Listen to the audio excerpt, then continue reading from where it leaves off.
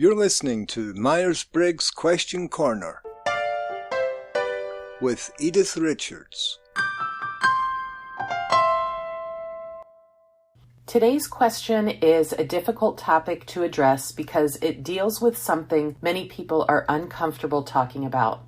Which Myers-Briggs types are most prone to depression? When people think about depression, they often think of what's called clinical depression, which requires treatment, or quote-unquote regular depression, which most people have gone through at one time or another. From a medical standpoint, depression is defined as a mood disorder which causes persistent sadness and the often intense loss of interest in things that usually bring pleasure and happiness. Depression affects how you feel, how you think, how you behave, and it can affect your ability to function in your daily life. Before I go any further, please know that if you or someone you care about is suffering from depressive symptoms, there is help available and people who genuinely want to help. There are many online guides for talking to someone about depression and guides to help you identify and recognize depressive symptoms. So by all means, if you believe someone is at risk for suicide, do not leave that person alone. Log on to NAMI, that's NAMI, the National Alliance for Mental Illness, at www.nami.org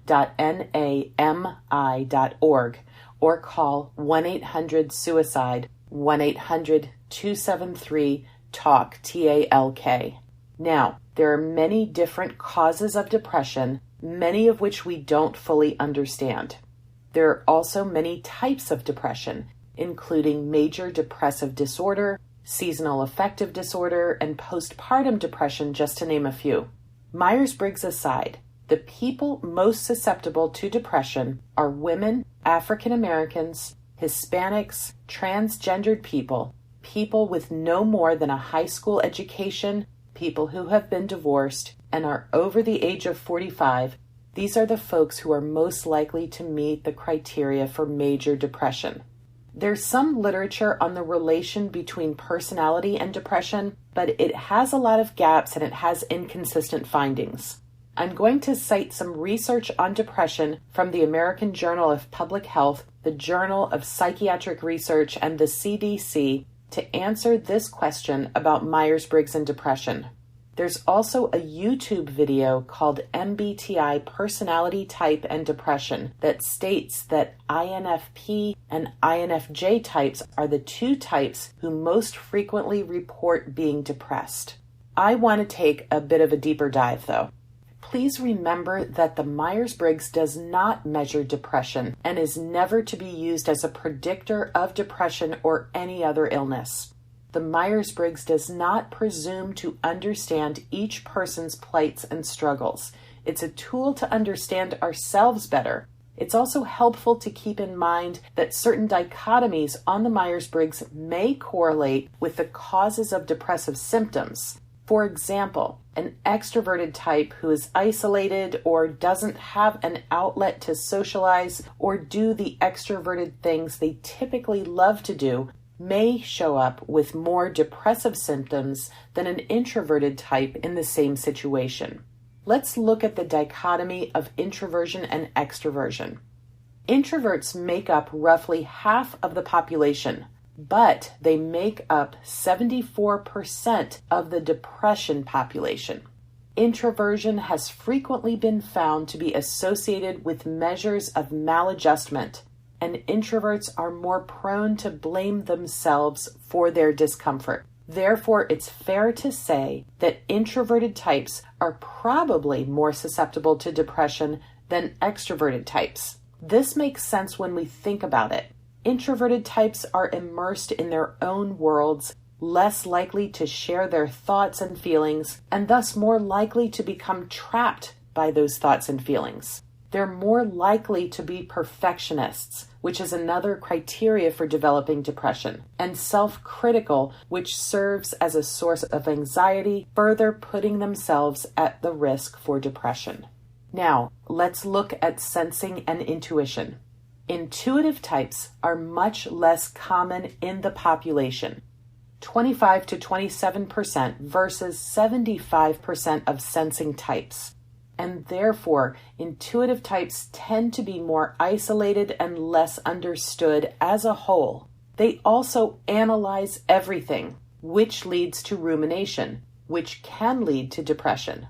Some studies report that intuitive types are most likely to have suicidal thoughts when they are depressed.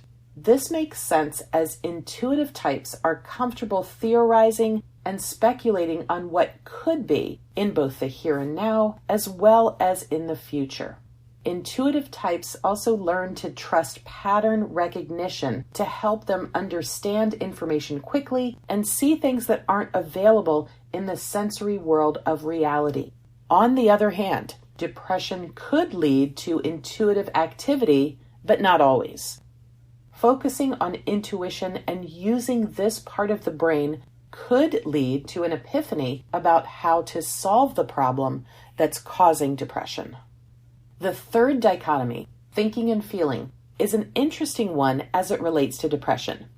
Thinking types use impersonal metrics to determine the value of an object, idea, or situation.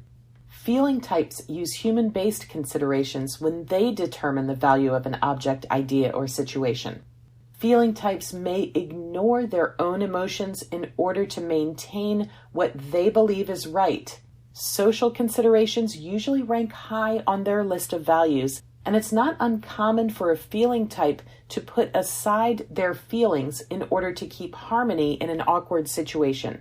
Feeling types tend to personalize everything, which may lead to some of the warning signs and symptoms of depression, such as self-loathing, irritability, and feelings of helplessness.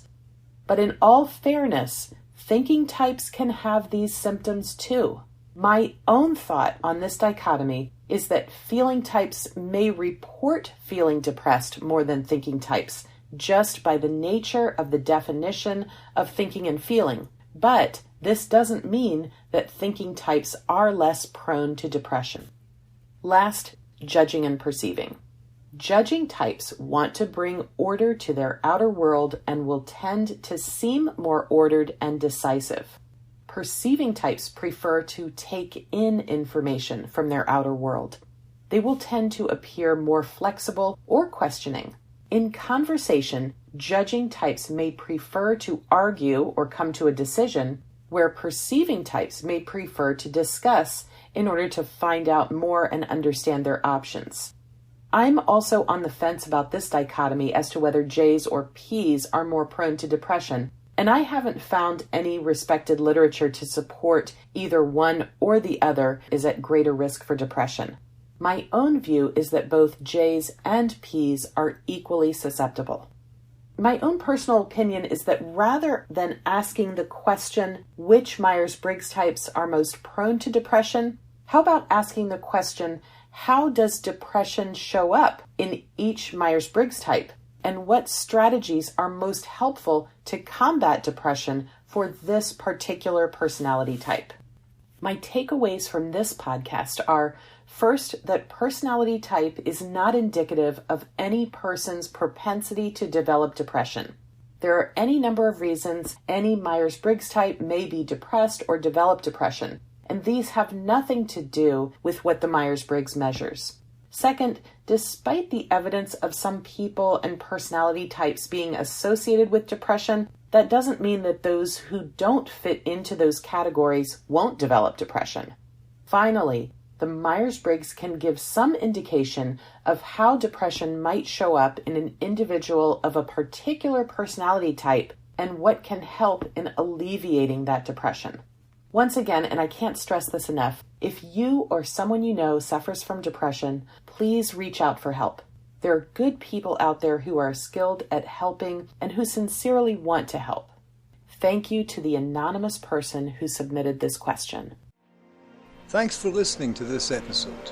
If you'd like to hear more, or you'd like to submit a question yourself, then you can find us at www.atopcareer.com. Until next time. MBTI and Myers-Briggs are registered trademarks of the MBTI Trust.